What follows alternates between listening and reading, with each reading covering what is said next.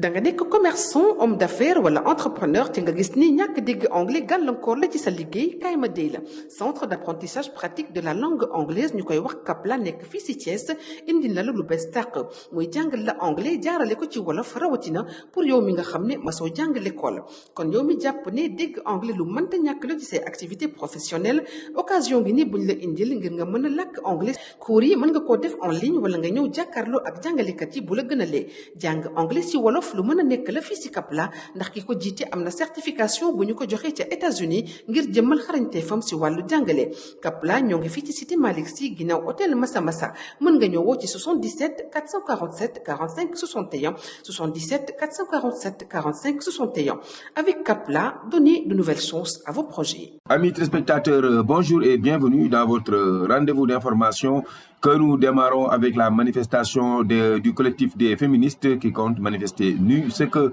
en dit la loi, un avocat prévient, le collectif des féministes du Sénégal en croisade contre le viol sera dans la rue le 31 décembre. Le lieu qui va abriter la manifestation demeure inconnu. Toutefois, dans l'affiche, il est exigé à toute personne souhaitant prendre part à cet événement de venir sans se vêtir, dress code nu. Ce n'est pas le collectif qui est à l'origine de l'initiative, mais un groupe plus large. On fera ce sit-in comme l'ont fait les femmes de la Casamance en 2023 pour réclamer des mesures fortes et urgentes afin de protéger les femmes et les filles de ce pays. On veut que le code de la famille change, que le protocole de Maputo soit appliqué et qu'il y ait de réelles mesures pour lutter contre le viol et la pédocriminalité au Sénégal. Ton ami Libé Mbeng, contacté par Seneweb, interrogé par l'Observateur, un avocat prévient sur les dispositions de la loi en la matière. Si les féministes sénégalaises font leur sitting en public en étant nues, elles seraient immédiatement poursuivies pour outrage public aux bonnes mœurs et attentat à la pudeur. Elles ne peuvent pas s'afficher en public nues. C'est interdit au Sénégal. Prennent la robe noire sous le couvert de l'anonymat.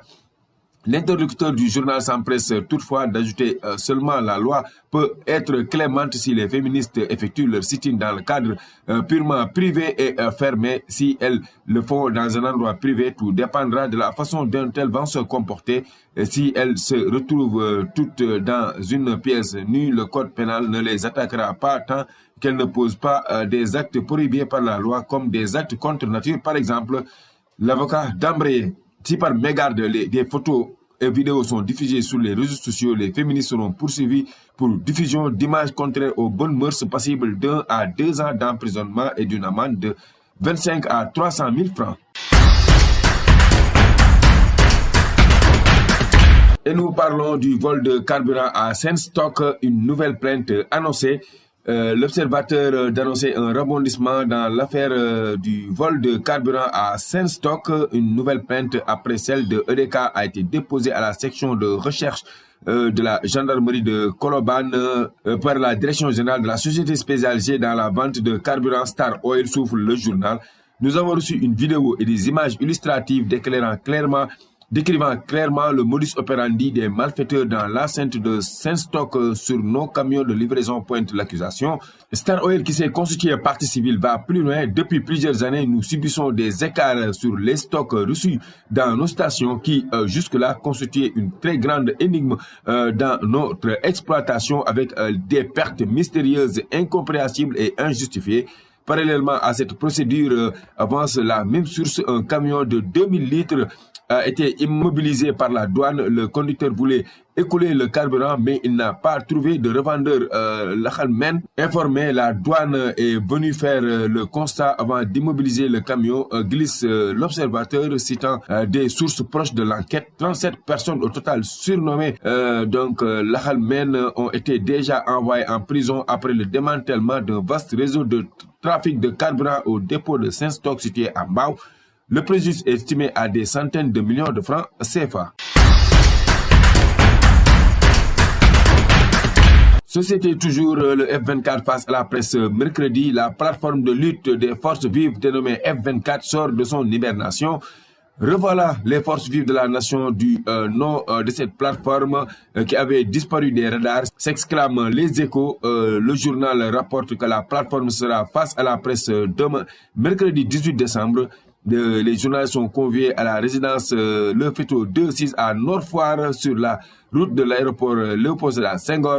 L'heure n'a toutefois pas été précisée. La plateforme lancée le 16 avril 2024 par plus d'une centaine d'organisations, partis politiques de l'opposition sénégalaise, des organisations de la société civile, des syndicats et des personnalités indépendantes, etc., s'opposer à la candidature du président sortant Macky Sall pour un troisième mandat jugé illégal et illégitime. Lors du lancement, les responsables exigeaient également la libération des détenus politiques et la cessation des interdictions de manifestation, tout en réclamant la création de conditions optimales et consensuelles d'une élection présidentielle apaisée, inclusive, transparente en 2024.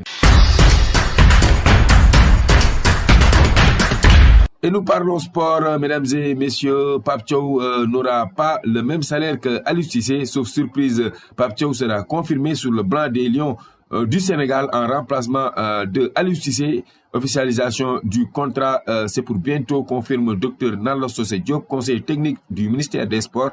Invité de l'émission Galaxy Sport diffusée sur la RTS1, repris par le journal spécialisé Record, fait toutefois une précision de taille.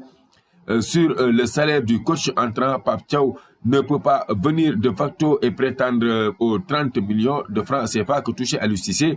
Il ne peut pas débuter là où il a fini son prédécesseur, justifie le collaborateur de Khady Diène Gaye. Docteur Diop d'enchaîner. Aliou Cissé a fait du temps. Il a remporté une CAN du 19 janvier au 6 février 2022 au Cameroun et il a réalisé de grosses performances. Donc Pape Thiaw n'a pas encore atteint le sommet. Il faut d'abord qu'il fasse ses preuves pour prétendre à plus. Toujours en sport, mesdames et messieurs, CAN 2025, le Sénégal sera édifié sur ses adversaires très bientôt. La prochaine Coupe d'Afrique des Nations CAN 2025 se déroulera du 21 décembre 2025 au 18 janvier 2026 au Maroc. Le pays organisateur habitera un peu moins d'un an avant la compétition le tirage au sort de la phase de poule programmée pour le 27 janvier 2025 à Rabat. Ces dates ont été dévoilées ce lundi en marge de la réunion du comité exécutif de la Confédération africaine de football, la CAF. Les 24 pays, dont le Sénégal en lice à l'issue des qualifications, connaîtront ainsi leurs adversaires. Voilà, c'en est tout, mesdames et messieurs, pour ce rendez-vous d'information. Nous vous donnons rendez-vous demain, Inch'Allah, pour d'autres infos. D'ici là, portez-vous bien. Au revoir.